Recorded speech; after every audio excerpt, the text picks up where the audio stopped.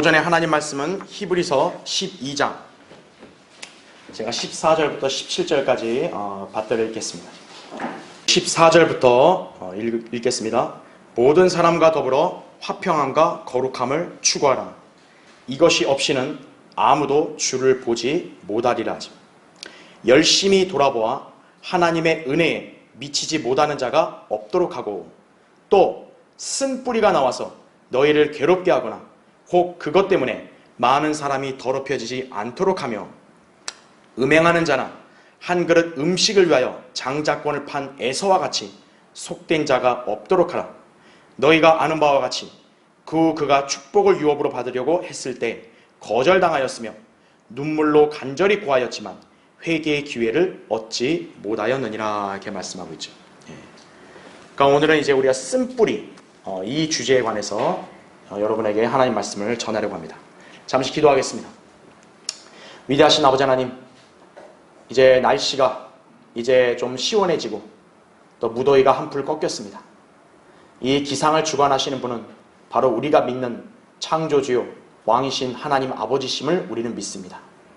특히나 우리가 사는 이 지역에 또 시원한 바람 불게 하시고, 또 주님께서는 구원받은 성도들이 이렇게 세상으로부터 성별하여 하나님이 세우신 이 아름다운 지역교회에서 주님께 온전한 찬양과 경배를 드릴 수 있도록 우리를 선하게 인도해 주시니 감사를 드립니다. 또한 이런 쾌적한 장소를 마련하셔서 우리가 참 이렇게 주 안에서 평온하고 또 즐겁게 주님을 찬양하며 경배드리고 섬길 수 있게 해주셔서 감사를 드립니다. 오늘 이 주님께 드리는 예배가 주님께서 온전히 영광 받으시는 아름다운 예배가 되게 해주시고, 또 우리의 마음에 하나님의 화평과 또 기쁨이 넘치는 복된 시간 될 수 있도록 인도해 주십시오. 세상이 지금 계속 악으로 치닫고 있습니다. 우리 성도들을 주님의 강하신 팔로 지켜주셔서 여러 가지 위험과 또 재앙과 어려움으로부터 우리 성도들을 보호해 주시고, 또 주님의 은혜 가운데 늘 강건하고 또 은혜가 넘치는 그런 풍성한 삶을 우리 모두가 향유할 수 있도록 인도해 주시기를 원합니다. 특히 우리 성도들이 주님 오실 때까지 이 믿음의 대열에서 신실하게 주님을 섬기고, 또 주님 보시기에 어떠한 점과 흠이 없는 온전하고 거룩한 성도들로 우리 모두가 잘 발견되고, 또 주님을 신실하게 잘 따르는 우리 모든 성도들 되도록 인도해 주십시오. 방금 봉독한 말씀 우리 성도들에게 설교합니다. 어리석고 우둔한 저를 주님 손에 의탁하오니 성령님께서 제 안에 충만해 주십시오. 또 저의 입술을 주장해 주시고 준비케 하신 말씀 기름 부어 주셔서 담대하고 능숙하게 하나님 말씀이 잘 선포될 수 있도록 저를 사용해 주시기를 원합니다. 우리 성도들 이 시간 집중해서 하나님 말씀을 잘 경청할 수 있게 도와주시고, 하나님 말씀에 모두가 순종할 수 있게 인도해 주시고, 또 이 말씀에 담겨있는 진리의 지식들을 성도들이 잘 깨닫고 터득해서 영적으로 온전하게 잘 성장하는 귀한 시간 되게 해주시기를 원합니다. 이 시간도 마귀가 어떤 형태로든 방해하지 못하게 철저하게 막아주시고, 우리 모두가 말씀을 온전히 잘 받고 주님께 영광 돌릴 수 있도록 역사해 주시기를 원합니다. 다시 오셔서 저희를 데려가 주실 주 예수 그리스도의 이름으로 기도드립니다. 아멘. 쓴뿌리를 조심하라, 이런 제목으로 말씀을 전하겠습니다. 하루는 어느 들판에 4마리의 황소가 한가롭게 뛰놀고 있었습니다. 그 황소들은 풀을 뜯을 때나 잠을 잘 때도 늘 함께할 정도로 각별한 사이였습니다. 그러니 위험이 닥치면 서로 힘을 합쳐서 위기를 극복하기도 했던 것이죠. 자, 그러던 중에 사자 한 마리가 이 4마리의 황소들을 유심히 지켜보며 호시탐탐 잡아먹으려고 기회를 엿보고 있었지만, 자기 혼자서 4마리를 한꺼번에 상대하려고 하니까 버거웠다 이거죠. 자, 어떻게 해야 될까? 결국 사자가 한 꾀를 고안해냈습니다. 어느 날 그 사자가 주변을 서성거리면서 약간 뒤쳐져서 풀을 뜯는 황소에게 먼저 다가가 귓속말로 이렇게 속삭였습니다. 야, 다른 소들이 너 흉을 봤어. 이처럼 사자는 다른 소들에게도 차례로 똑같은 거짓말을 했습니다. 그때부터 4마리 황소는 서로를 불신하기 시작한 거예요. 말은 못하겠고 서로가 속으로 쟤들이 나를 지금 소외시키고 있다. 쟤들이 나를 뒤에서 지금 뒷담화하고 있다. 이거죠. 이렇게 생각을 하게 된 거죠. 이러자 황소들의 결속력은 약해지기 시작했고 결국 황소들은 뿔뿔이 흩어지게 되었습니다. 사자는 바로 그때를 이용해서 한 번에 차례차례 그들을 공격해서 4번의 멋진 식사를 할 수 있었다고 합니다. 이것이 바로 마귀가 지역교회 및 성도 각인을 쓰러뜨리는 전형적인 공격 방법이에요. 험담의 위력은 이처럼 엄청난 것이다 이거죠. 잠언 18장 8절에는 험담하는 자의 말들은 상처와 같이 뱃속 깊은 데로 내려가느니라 이렇게 말씀합니다. 이것이 쓴뿌리의 전형적인 한 예라는 것을 아셔야 돼요. 자, 쓴뿌리란 나에게 상처를 준 사람에 대해 갖는 분노, 좌절감, 괴로움, 불평, 염려 등을 말합니다. 말하자면 이 쓴뿌리는 사람과의 관계에서 발생하는 것입니다. 아무리 거듭난 그리스도인이라고 할지라도 육신이 구속받지 못한 상황에서 누가 완벽할 수 있겠는가요? 그렇죠? 또한 인간들 개개인이 얼마나 복잡하고 다양한 개성을 지니고 있는가 알죠. 그런데 성숙하지 못한 사람 또는 어느 순간 육신적인 성향이 되어버린 사람은 누군가의 언행에 의해서 본의 아니게 상처를 받거나 시험에 들 수도 있습니다. 그러면 그 사람의 내면에는 뭔가 알게 모를 불만이나 시기, 의심, 불신 등으로 인해서 괴로움과 고통에 시달리는 것입니다. 이게 바로 쓴뿌리입니다. 자, 그런가 하면 쓴뿌리는 다른 사람들에게도 쉽게 전염되는 속성이 있습니다. 자신의 육신적인 언사나 행실이 얼마나 큰 파급 효과를 미칠까라고 생각할지는 모르겠지만, 자, 마귀는 어떤 능력이 있어요? 겨자씨 하나로도 자라서 큰 나무를 만들게 하는 능력이 있죠. 마태복음 13장 31절 32절이죠. 무턱대고 던지는 생각 없는 그런 사소한 말 또는 미확인된 정보 또 소문 이런 것들이 때로는 다른 성도들의 가슴을 후려칠 수도 있고요. 성경에 근거하지 않은 사상, 지식, 논쟁거리 등을 갖고 교제 시간에 설파를 하게 되면요. 자칫 연약한 지체들을 오염시켜서 실족시킬 수도 있는 것이다 이거죠. 그런 말이나 그런 어떤 습관 등이 다른 사람에게 쓴뿌리가 되기도 하죠. 그리하여 마귀는 성도 한 사람으로부터 시작을 해서 나아가 지역교회 전체에 악영향을 미쳐서 종국에는 교회의 결속력을 약화시키려고 하고 급기야는 교회를 파괴시키기도 합니다. 그러니까 거대한 공격으로 파괴가 이루어지는 게 아니에요. 바로 작다고 생각했던 그런 쓴뿌리가 거기는 엄청난 영향을 미치는 거란 얘기죠. 자, 오늘 본문은 쓴뿌리로 인해서 더럽혀진 사람들에 대해 경고하는 말씀입니다. 일찍이 구약의 유대인들은 이 쓴뿌리에 대한 경고를 받았습니다. 자, 먼저 한번 찾아볼게요. 신명기 29장 한번 보세요. 거기 껴놓으시고 신명기 29장 자 18절부터 20절을 읽겠습니다. 이는 너희 가운데 남자나 여자나 족속이나 지파나 그의 마음이 오늘 주 우리 하나님으로부터 돌이켜서 이런 민족들의 신들을 섬기러 가는 자가 있을까이며 너희 가운데 자 보세요. 독초와 쑥을 내는 뿌리가 있어 이렇게 나오죠. 바로 독초와 쑥을 내는 뿌리가 쓴뿌리인 거예요. 신약에서. 그래서 19절 그가 이 저주의 말들을 들을 때 그가 자신의 마음속에 스스로를 축복하여 말하기를 내가 비록 내 마음의 상상대로 행하고 목마름에 술 취함을 더할지라도 내게 평안이 있으리라 할까 함이라 이거죠. 그러니까 쓴뿌리가 나면 어떤 거예요? 하나님으로부터 벌써 마음이 돌이켜진 사람이에요. 그러니까 이런 사람들은 어떻게 된 거예요? 자기 마음속에 자기가 잘못된 길에 있으면서도 자기를 정당화시키는 거죠.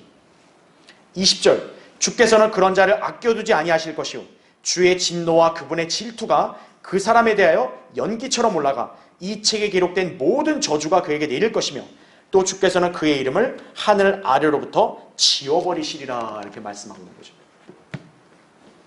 자, 바로 이 경고의 말씀이 오늘 히브리서 본문에도 똑같이 등장하는 것입니다. 그러므로 이 경고는 사실 교리적으로는 구약의 유대인들과 같은 경륜에 속한 환난 성도들을 향한 것입니다. 그러니까 쓴뿌리가 있으면 구원을 잃어버릴 수 있다. 이건 환난 시대의 교리인 거죠. 자, 그러나 쓴뿌리에 대한 영적인 교훈이나 가르침은 이 시대를 살고 있는 우리 그리스도인들이 유념해야 될 진리입니다. 누가 쓴뿌리를 내는 것인가 이거예요.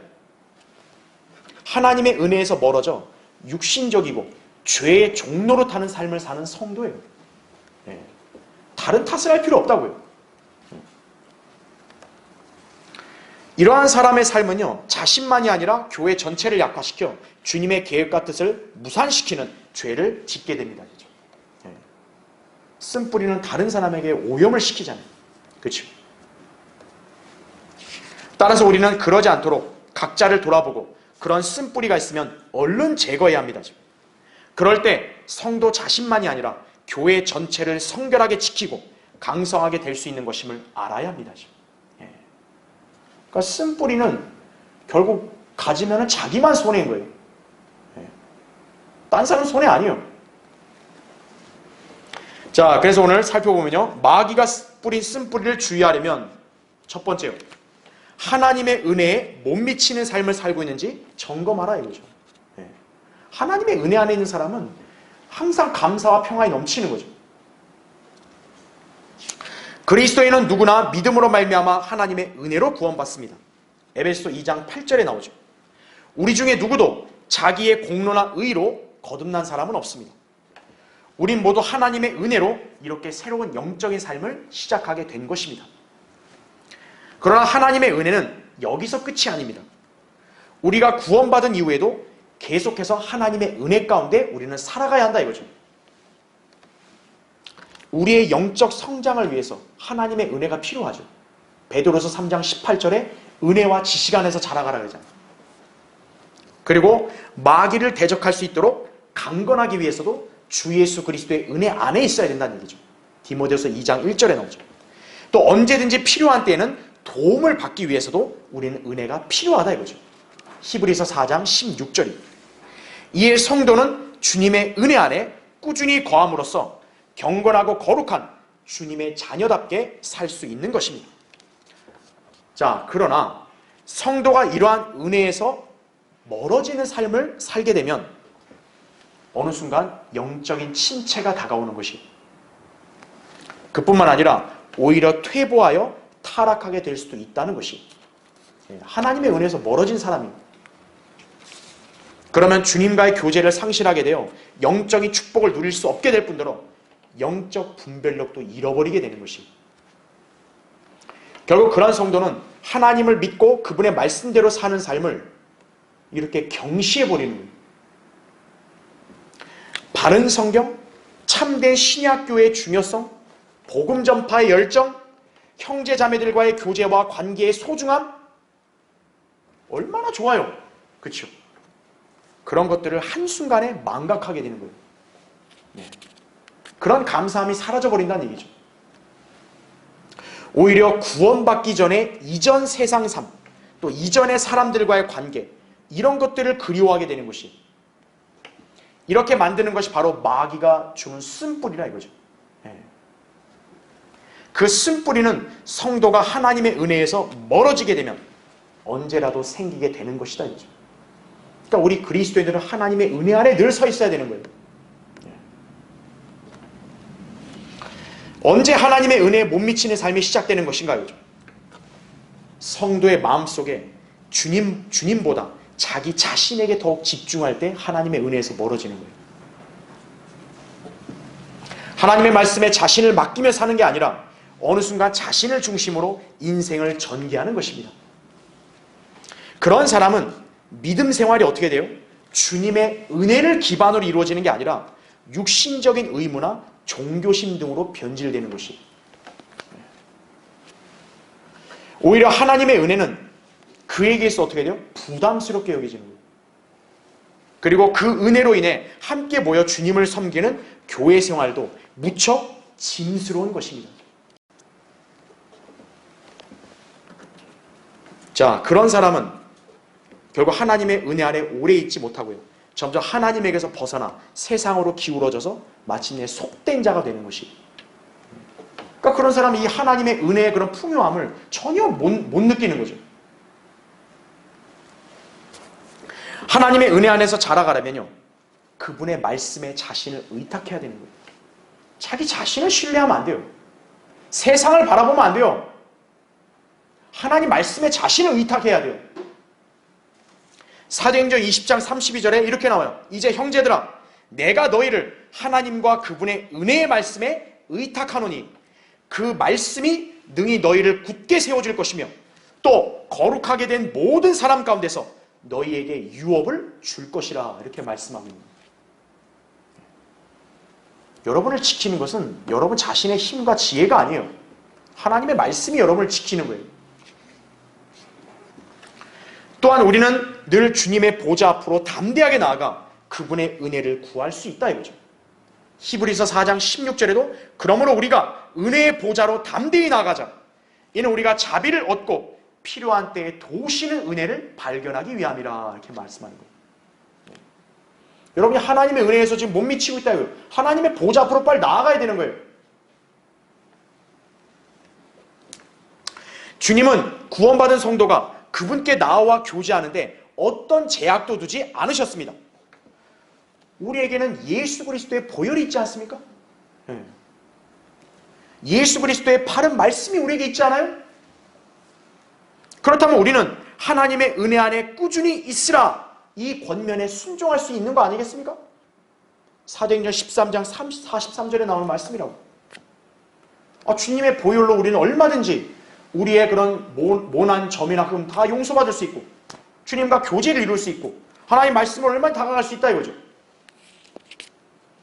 그렇게 주님과 교제를 잘 이루어야 여러분이 하나님의 은혜 안에 꾸준히 있는 거예요. 그리스도인은 자신만이 아니라 다른 형제자매에게도 하나님의 은혜를 누릴 수 있도록 좋은 영향을 끼쳐야 합니다. 그런데 사실 많은 지역교회들 안에서요, 은혜와 덕을 끼치지 못하고 때로는 시기, 불평, 험담, 갈등 등이 불거져 나올 때가 있어요. 왜 그런가 하죠? 쓴뿌리예요. 바로 쓴뿌리. 하나님의 말씀이나 그분의 은혜와 사랑 등을 나누지는 않고 오히려 불명확한 풍문이나 가십거리, 논쟁거리 등을 교제할 때 또는 다른 사람과의 개인적인 대화 때 딱 가져오는 거예요. 이런 것들이 발생하는 원인은 하나님의 은혜에서 모두 멀어진 삶을 살고 있는 사람들 때문에 그런 것이에요. 따라서 우리는 그런 요소들을 아예 없애야 된다 이거예요. 그리스도 안에서는 서로에게 은혜를 끼칠 수 있는 말을 해야 되는 거예요. 성도의 입에서는요, 결국 은혜를 나눌 수 있는 그런 간증이 나와야 되는 것이. 골로새서 4장 6절에 이렇게 말씀하죠. 너희의 말이 항상 은혜와 더불어 있게 하고 소금으로 맛을 내듯 하라 이거죠. 성도라는 호칭은 아무에나 붙일 수 있는 게 아닙니다. 성도는 하나님의 은혜를 알고 그 은혜를 나타낼 수 있어야 합니다. 그런 성도의 입에서 남을 깎아내리거나 상대의 약점이나 심리를 건드리는 말들이 나와서야 되겠는가 이거예요. 우리 주님은 무너뜨리는 분이 아니라 세우는 분이에요. 세우는 분. 그리스도인도 늘 세우는 사람이 되어야 한다 이거죠. 여러분, 왜 섬기죠 우리가? 섬기는 것은 그리스도의 몸을 세우기 위해 섬기는 거예요.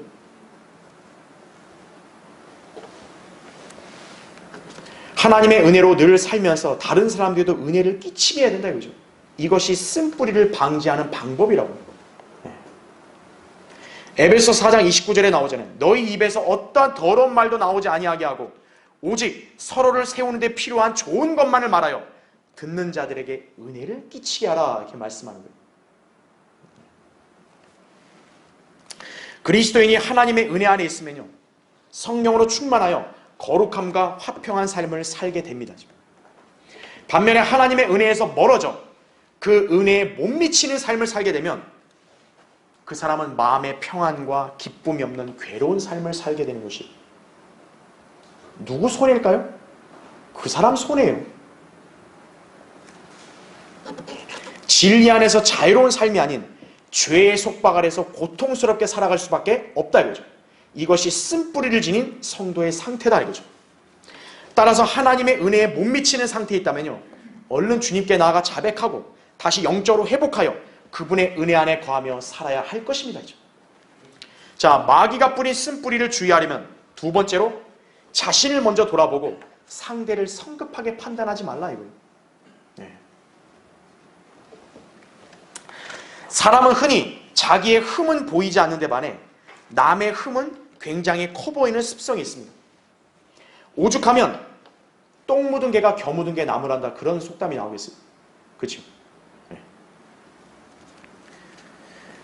어떤 일에 오해나 다툼이 벌어지면요, 대부분 자신보다는 상대에게서 그 원인을 찾으려고 하는 것이죠. 그렇죠? 이것은 우리 인류의 조상인 아담과 이브가 타락했을 때 보였던 성향이기도 하다라는 거죠. 창세기 3장에. 네.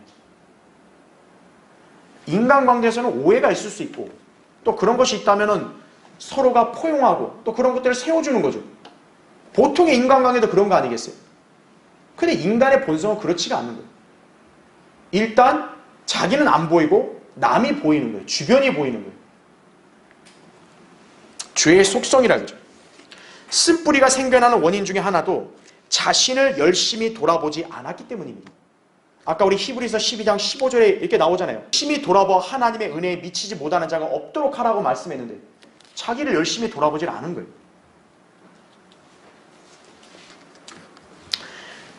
많은 성도들이 쓴뿌리를 지니고 있는 요인 중에 하나가 바로 여기에 있는 것이, 자신을 중심으로 보기 때문에 자기 안에 있는 문제나 약점은 배제하고 모두 다른 사람들이나 환경 등의 탓을 하는 것이다 이거죠. 자, 성경은 우리에게 자신을 돌아볼 필요성을 이렇게 말씀하고 있습니다. 갈라디아서 6장 1절부터 5절에 이렇게 나와요. 형제들아, 어떤 사람이 무슨 잘못을 범하였으면 영적인 너희는 온유의 영으로 그런 자를 바로 잡고 내 자신을 돌아보아 너도 시험을 받지 아니하도록 하라 하죠. 너희는 서로의 짐을 지라죠. 그리하여 그리스도의 법을 이루라 하죠. 만일 어떤 사람이 아무것도 아니면서 무언가 되는 줄로 생각하면 그 사람은 자신을 속이는 것이라. 각 사람은 자신의 일을 살피라. 그리하면 자기 혼자에게만 자랑할 것이 있게 되고 다른 사람에게는 없으리라. 각 사람은 자기 자신의 짐을 질 것이니라. 갈라디아서 6장 1절부터 5절에 나온 말씀입니다. 쓴뿌리가 심어지거나 혹은 쓴뿌리를 방치하는 성도의 특징은요, 바로 자신이 무언가 되는 줄로 착각하는 것이에요. 그러니까 자기 중심으로 교회와 목자와 하나님 말씀을 판단하는 거예요. 이것이 바로 교만입니다.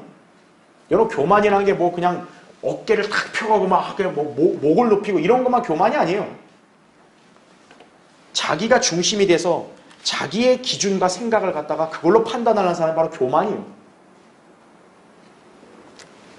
마귀는 교만의 아비이자 왕이다 이거죠. 욥기 41장에 나온 대로.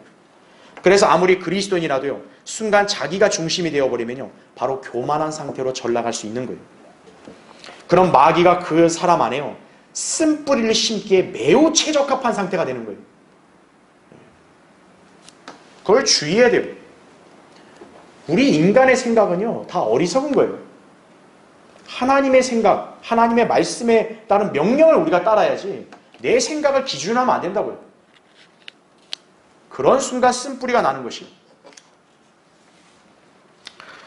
우리 고촌에 있는 성경 침례교회요, 이제 31년 됐죠, 창립한 지. 6차례 이상이나 엄청난 영적 전쟁을 치렀습니다. 이 땅에 한글 킹제임스 성경이 출간되고 지속적으로 보급되어 많은 사람들이 진리에 눈을 뜨게 되었고요. 성경적 교리와 신앙을 확산시킴으로써 많은 사람들을 그리스도인들로 양성하니까 마귀가 얼마나 시기를 했겠어요.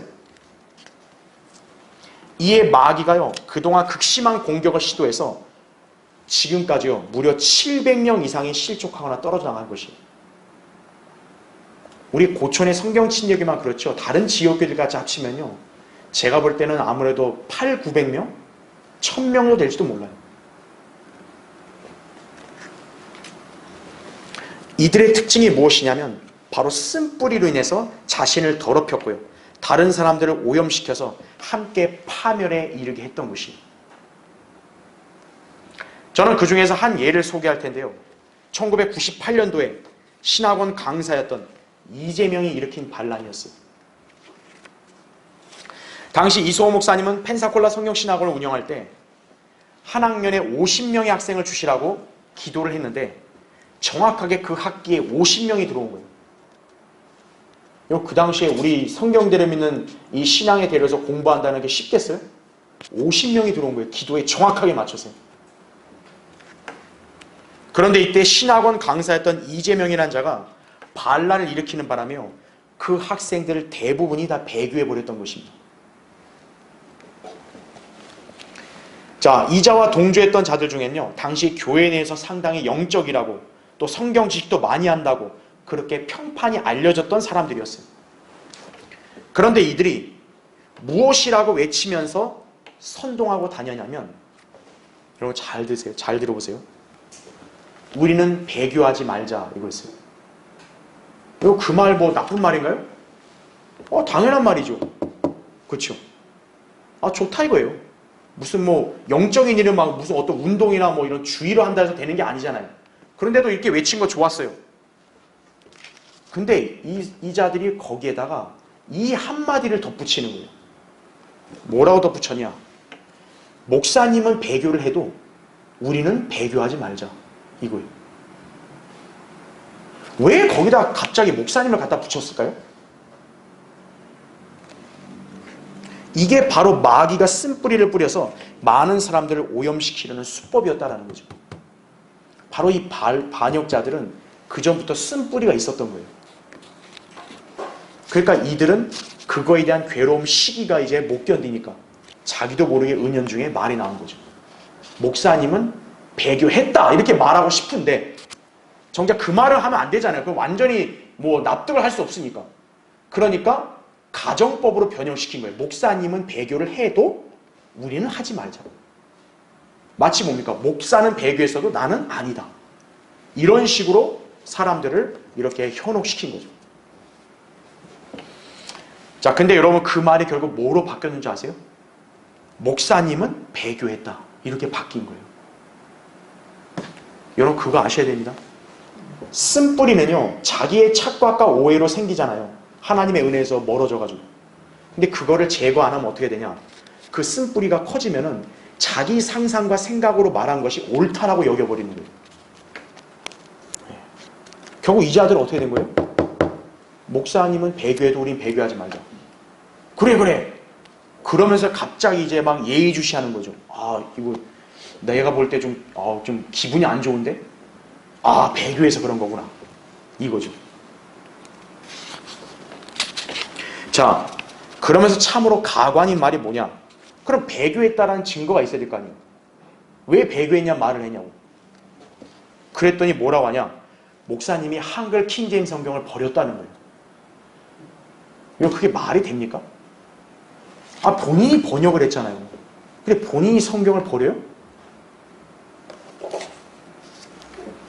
그런데 이들의 말의 진위는 뭐냐면 목사님이 성경대로 행하지 않고 육신적이라는 거예요. 그렇게 수많은 사람들에게 독소를 뿌리면서 온갖 회유를 던진 것이다 이거죠.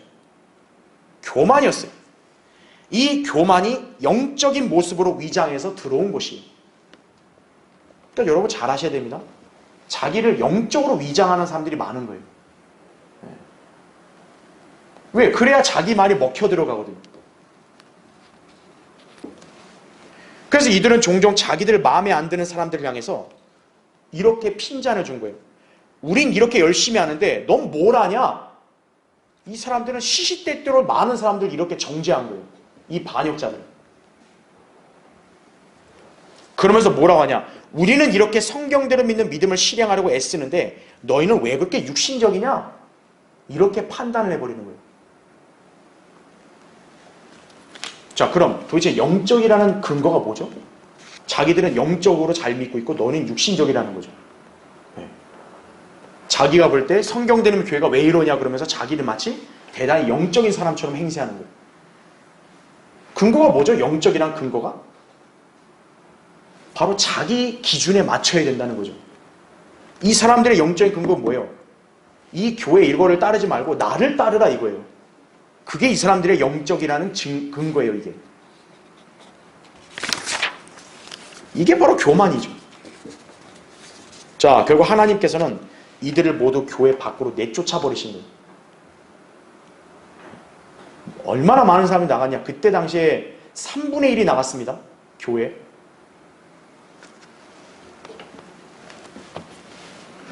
자, 베드로전서 5장 5절에 이렇게 말씀하고 있습니다. 이와 같이 너희 젊은이들아 장로에게 복종하라.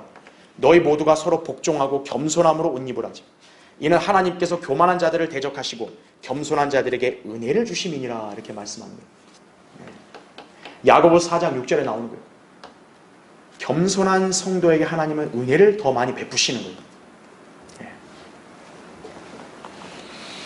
자, 모든 사람이 다 자기와 같아야 되나요? 자기처럼 생각해야 되나요? 우린 모두 동일한 성정의 인간들이에요. 때로는 성향이나 의견이 차이가 있을 수 있고 재능과 능력이 다를 수 있으며 생활 환경이 달라서 괴리감을 느낄 수도 있습니다. 그런 것들을 인정해야 자기 우월감으로 남을 판단하지 않게 되는 거죠. 그리스도 안에서 한 생각과 마음을 추구하여 서로를 존중할 수 있어야 한다 이거예요. 그럴 때 쓴뿌리가 생기지 않고 다른 사람들을 오염시키거나 교회를 파괴하지 않는다는 것을 알아야 한다 이거죠. 성경대님 교회에 있다가 왜 이렇게 스스로 떨어져 나가냐 이거예요. 쓴뿌리가 있으니까 떨어져 나가는 거예요. 여러분 다른 거 생각할 거 없어요. 쓴뿌리가 왜 생기냐? 서로 그리스도 안에서 한 생각을 갖고 하나님 말씀을 기반으로 해서 서로 섬기고 교제를 하지 않으니까, 그러니까 결국 떨어져 나가는 거예요. 빌립보서 2장 1절부터 3절이 이렇게 나옵니다. 그러므로 그리스도 안에 어떤 격려나 사랑의 위로나 성령의 교제나 인정이나 자비가 있다면 같은 생각이 되어 같은 사랑을 가지고 하나 되고 한 생각이 되어 너희는 나의 기쁨을 이루라 하죠. 어떤 일도 다툼이나 허영을 따라서 하지 말고 오직 생각의 겸손함으로 남을 자신들보다 존중하고, 이렇게 나오는 것이 그리스도 안에서 진리 안에 있는 성도들은 바로 이러한 교제를 해야 된다 이거죠. 자, 마귀가 뿌린 쓴뿌리를 주의하려면 마지막 세 번째로 하나님의 섭리에 맡기며 용서하는 마음을 가져라 이거예요. 자, 율법의 원칙은요, 눈은 눈으로, 이는 이로 갚는 것이 출애굽기 21장 24절에 나오죠. 이는 하나님의 공의와 정의의 속성에 부합하는 것입니다. 그러나 하나님의 사랑의 속성은요, 복수가 아니라 용서입니다. 하나님께서 인류의 죄를 용서하시고 친히 육신 입고 내려와 십자가의 질고를 결행하신 것을 보십시오. 신약의 그리스도인들은 하나님의 놀라운 사랑을 받고 태어났기 때문에 이 사랑을 실천할 수 있어야 한다 이거죠. 요한복음 13장 34절 35절 이렇게 나옵니다. 내가 새 계명을 너희에게 주노니 이는 너희가 서로 사랑하라는 것이라. 내가 너희를 사랑한 것 같이 너희도 서로 사랑하라 이죠. 너희가 서로 사랑하면 이것으로 모든 사람이 너희가 나의 제자인 줄 알리라, 이렇게 말씀하는 거예요. 그리스도인이라는 표식을 나타낼 수 있는 게 뭐냐? 서로를 사랑하는 거예요. 그리스도인이 실천해야 될 사랑, 그것은 용서를 기반으로 한 사랑입니다. 즉 동료 그리스도인이 자신에게 상처를 주거나 또 고통이나 괴로움을 수반하는 쓴뿌리를 뿌렸다면 그 지체에 대해 용서하는 마음을 가질 수 있어야 한다 이거죠. 내가 누군가의 관계에서 어떤 괴로움, 섭섭함, 상처가 있다 이거죠. 내가 그거를 털고 용서하는 마음을 가져야 회복이 되는 거예요. 하나님은 그걸 기뻐하시는 거예요. 하지만 인간의 본성상 자신이 억울한 일을 당한 것에 대해 용서하기가 쉽지 않습니다. 인간의 이성과 논리로 보면 당연히 보응이나 대가를 치르게 하여 적절한 보상을 받는 것이 마땅해 보입니다. 그러나 그리스도인은 인간적인 방식으로 사는 게 아니죠. 우리는 하나님의 말씀에 따라 사는 사람이죠. 하나님께서 이렇게 명령하셨으면 우리 이 명령에 따라 살아야 되는 거예요. 이거를 부인하고 자기 고집대로 그냥 이렇게 자기 식대로 하려고 하면요, 그럼 쓴뿌리가 또 생기는 거예요, 그 사람은. 자, 성경에는 신약 성도에게 무엇이라고 말씀합니까? 너희는 서로 친절하고 다정다감하며 서로 용서하되 하나님께서 그리스도를 위하여 너희를 용서하신 것 같이 하라, 이렇게 말씀하는 거예요. 네. 에베소 4장 32절이죠. 골로새 3장 13절도 만일 어떤 사람이 누구에게 불평이 있으면 서로 용납하고 서로 용서하기를 마치 그리스도께서 너희를 용서하신 것 같이 하라, 이렇게 말씀하는 거예요. 네. 우리가 구원받기 위해서 용서하는 게 아니에요. 이미 하나님의 놀라운 은혜로 구원받았고 죄사함 받았잖아요. 그러니까 용서를 실천하라는 거죠. 자, 그렇다면 하나님께서는 불의하고 잘못된 행위에 대해서 단지 눈 감으시는 분일까요? 하나님은 거룩하고 의로우시기 때문에 반드시 성도가 당한 억울한 일이나 부당한 처사를 적절하게 다루신다 이거죠. 따라서 우리는 다른 사람에게서 받은 상처나 손해에 대해서 주님의 섭리에 맡기면 되는 것이. 베드로전서 5장 7절에 이렇게 말씀하죠. 너의 염려를 다 하나님께 맡기라 하죠. 이는 그분께서 너희를 돌보시니라. 이 염려에는 여러분이 이렇게 받았던 어떤 상처나 괴로움, 그 다음에 슬픔, 이런 것들도 포함되는 거예요. 하나님께 맡기라 이거예요. 물론 용서에 관한 신약적인 원칙은 죄를 지은 형제가 회개하면 용서하는 것이 누가복음 17장 3절에, 즉 상대가 회개하지 않았는데 먼저 용서한다면서 받아주려고 하는 것은요, 합당하지가 않는 것이.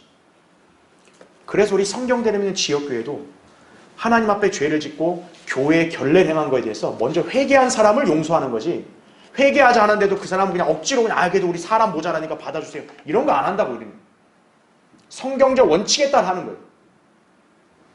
진심으로 참여하고 회개하면 다 용서하는 거예요. 그게 성경의 원칙이라고.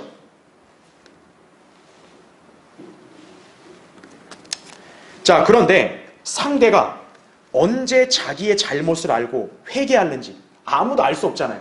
그렇죠? 만일 그 사람이 평생을 자기가 잘못했다라고 용서 빌지 않고 지나가면 어떻게 할 거예요? 그럼 우리도 평생 용서 안 하고 그냥 그대로 그냥 안고 살 거냐 이거예요. 그로 인해 생긴 쓴뿌리를 계속 간직하고 있을 것인가요? 성도는 주님께 그 부분을 기도하고 맡기는 것이에요. 그러면서 자신은 용서하는 마음을 가지는 것입니다. 주님, 저 사람이 무지해서 그럽니다. 저 사람이 몰라서, 또 저 사람이 어리석고, 또 이런 환경 때문에 그렇습니다. 주님, 저는 저 사람을 용서합니다. 저 형제와 자매를 저는 용서하고 다 덮습니다. 주님께서 해결해 주시라고. 그렇게 기도하는 거예요. 이것이 아름다운 성도의 행보입니다.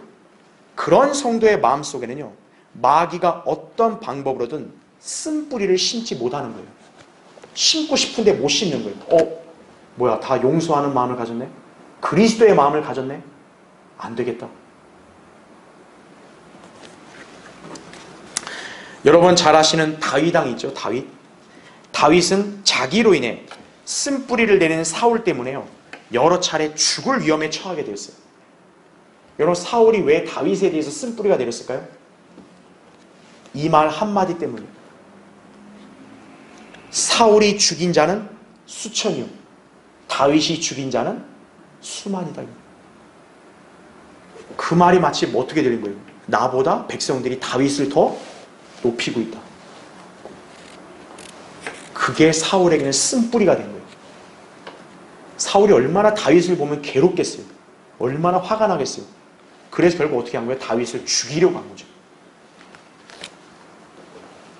자, 근데 여러분, 다윗이 사울에게 무슨 잘못을 했습니까? 다윗이 사울에게 역심을 품었나요? 다윗은 오히려 충성스러웠다고요. 사울의 사위가 되는 것을 기쁘게 여긴 사람이에요, 오히려 다윗은. 그런데 사울은 다윗을 수차례 죽이려고 했죠. 그러나 다윗은 오히려 사울을 죽일 수 있는 기회가 있었는데, 2번이나 있었는데 모두 살려준 거예요. 심지어 그의 부하가 사울을 죽일 수 있다고 하자 다윗은 이렇게 말합니다. 자, 한번 찾아볼까요, 여러분? 사무엘상 26장 한번 보세요. 자, 사무엘상 26장 거기 8절을 보시면요, 지금 사울이 자고 있는 중이에요. 그러니까 자고 있는 중이다 보니까 다윗이 창으로 얼마나 찌를 수 있었어요. 그래서 8절 보면, 그러자 아비새가 다윗에게 말하기를 하나님께서 오늘 당신의 원수를 당신의 손에 넘겨주셨나이다. 그러므로 내가 청하오니 이제 나로 그를 창으로 단번에 땅에까지 찌르게 하소서. 내가 그를 2번 찌르지 아니하리이다 하니. 그러니까 단번에 죽이겠다 이거예요. 그때 9절 보세요. 다윗이 아비새에게 말하기를 그를 죽이지 말라. 그 누가 자기 손을 뻗쳐 주의 기름 부음 받은 이를 치고서도 죄가 없을 수 있겠느냐 하고, 다윗이 더 말하기를 주께서 살아계시는 한 주께서 그를 치시든지 그에게 죽음의 날이 이르든지 아니면 그가 전쟁터에 내려가서 멸망하든지 하리라. 내가 내 손을 뻗쳐 주의 기름 부음 받은 이를 치는 것은 주께서 금하신 것이라. 그러나 내가 청하노니 너는 이제 그의 베개 곁에 있는 창과 물병만 취하라. 그리고 가자 하더라. 이렇게 말하고 있는 거죠. 다윗은 정말 대단한 사람이에요. 하나님의 마음에 합한 사람이라고 하나님께서 말씀하신 사람이 바로 이거예요. 보통 사람 입장에서는 이 부하의 말은 충분히 신빙성이 있어요. 왜? 당신은 잘못한 게 없는데 왕이 계속 당신을 죽이려 하지 않았냐 이거예요. 근데 지금 오히려 그 사람은 자고 있고 당신은 얼마나 죽일 수 있다 이거죠. 하나님이 그렇게 만들어 주신 거 아니냐 이거예요. 그러나 다윗은 그렇게 안 했다고. 죽이지 말아요. 하나님이 그를 치든지 전쟁 때 죽든지 하나님이 아신다 이거죠. 나는 기름 부음, 하나님께서 기름 부음 하신 그 종을 죽일 수 없다 이거죠. 다윗은 사울에 대해서 쓴뿌리를 갖지 않은 거예요. 사실 여러분, 다윗의 입장이면 쓴뿌리 가질 수 있잖아요. 얼마든지. 어우씨, 내가 잘했는데 왜 날 죽이려고 그래? 그것도 장인이 사위를 죽이려고 그래? 그런데 어떤 거예요? 그 쓴뿌리를 갖지 않고 하나님의 섭리에 맡긴 거죠. 쓴뿌리를 현실적으로 빠르게 제거하며 극복할 수 있는 길은 바로 하나님을 바라보며 그분의 처분에 맡기는 것입니다. 이것이 선으로 악을 이기는 비결입니다. 우리가 잘 아는 로마서 12장 19절부터 21절에 이런 말씀이 나오죠. 사랑하는 자들아, 너희 스스로 복수하지 말고 진노하심에 맡기라 하죠. 기록되었을 때 원수 갚는 것은 나의 일이니 내가 갚으리라 주가 말하노라고 하였느니라. 그러므로 내 원수가 줄이거든 먹이고 만일 그가 목마르거든 마실 것을 주라. 이렇게 함으로써 내가 그의 머리에 숯불을 쌓을 것이라. 악에게 지지 말고 선으로 악을 이기라. 이렇게 말씀하는 거예요. 자신을 대적하거나 상처를 준 악인에 대해서도 자 이렇게 할진대 하물며 그리스도 안에 있는 형제자매들을 대하는 데 있어서 쓴뿌리를 가질 필요가 있겠는가 이거예요. 자, 그리스도인은요 용서할 수 있을 뿐만 아니라 오히려 복을 빌어줄 수도 있어야 합니다. 와, 진짜 어렵죠? 근데 그게 성도로서의 이상적인 행보인 거예요. 최상의 사랑이라 이죠. 그리고 쓴뿌리를 제거하거나 극복하는 비결임을 알아야 한다 이거죠. 한 번 더 찾아볼까요? 베드로전서 한번 보세요. 베드로전서 3장. 자, 베드로전서 3장 8절부터 10절을 읽겠습니다. 여러분 잘 보십시오. 끝으로 너희는 모두 한 생각을 품고 서로 동정하고 형제로서 사랑하며 인정을 베풀고 예의를 지키며 악을 악으로 또는 욕을 욕으로 갚지 말고 도리어 복을 빌라. 이를 위하여 너희가 부르심을 받은 것을 아노니 이는 너희로 복을 상속받도록 하려 함이니라. 그러므로 생명을 사랑하고 좋은 날들을 볼 사람은 자기 혀를 악으로부터 지키며 자기 입술로 어떠한 교활도 말하지 않게 하라. 이렇게 말씀하고 있는 것이죠. 자, 이제 결론을 맺겠습니다. 약효가 발휘되는 것보다는 독성이 퍼지는 것이 더 빠른 법입니다. 사람이 건강해지는 것은 쉽지 않아도 악화되는 것은 금세 이루어집니다. 암은 일순간에 신체의 장기로 급속하게 퍼지게 되고 문둥병이나 전염병도 금세 다른 사람들에게 옮겨지는 것이 다반사죠. 마찬가지로 영적인 영역에서도요. 진리를 믿고 실행하는 것은 그렇게 더딘데 반해서 거짓말, 험담, 불신, 가십 이런 건 정말 순식간에 흡수해요. 이것이 바로 쓴뿌리의 위력이라는 거죠. 은혜를 끼치는 일들은요. 그렇게 영향을 이렇게 바로 주기가 쉽지가 않은데 그 사람에게 쓴뿌리를 내리게 하는 것은 한순간이에요. 그래서 조심하라는 거예요. 쓴뿌리는 성도가 하나님의 은혜에 못 미치게 하며 말씀에 따라 살지 못하도록 방해하는 요소입니다. 마귀는 끊임없이 그리스도인들을 쓰러뜨리고자 다른 사람들이나 또는 환경 등에 의해서 쓴뿌리를 심게 하고 있습니다. 이것은 교회 안에 모두가 정신을 차리고 깨어있지 않으면요, 어느 틈엔가 생길 수 있는 것이, 우리는 그 누구도 자신은 괜찮다고 장담할 수 없습니다. 여러분이 생활하면서 또는 교제하면서 언제든 자신도 모르게 그런 쓴뿌리가 형성될 수 있는 것이, 그랬다면 빨리 없애야 된다 이거죠. 자신이 주님을 섬기고 말씀에 순종하며 살려고 하는데 방해가 되고 있는 것이 있는지 잘 살펴봐야 돼요. 불평이나 미움이나 시기나 섭섭함, 의심, 욕심 이런 걸 느끼고 있다면 그것이 도대체 어디에서 비롯된 것인지를 주님께 기도로 묻고 스스로 찾아내서 제거해야 한다 이거예요. 여러분, 왜 주일날 와서 설교를 듣는 거죠? 말씀에 의한 물로 씻으라는 거예요. 언제까지 사람들과의 관계 때문에 쓴뿌리를 가지고 귀한 인생을 낭비할 것인가 이거예요. 하루라도 주님의 영광과 열매를 맺는 삶을 살아도 모자라지 않는가 이거예요. 주님 오신 날 가까운 이때 주님의 보혈로 자신의 쓴뿌리를 자백하여 씻어버리고 말씀의 물로 스스로를 정결케 하여 다시금 주님과 동행하는 삶을 살아야 합니다. 이 진리의 대열이 복되고 고귀하고 은혜가 풍성한 자리인 걸 안다면 이 안에서 우리가 그 은혜를 만끽하는 삶을 지속적으로 살아야 된다 이거죠. 성도가 성령으로 충만하여 하나님의 은혜 가운데 있을 수 있는 비결은 바로 그것이다 이거죠. 서로가 악영향이 아니라 좋은 영향을 끼쳐야죠. 바로 이것이 주님께서 우리에게 원하시는 삶임을 기억하시기 바랍니다. 자, 기도하겠습니다.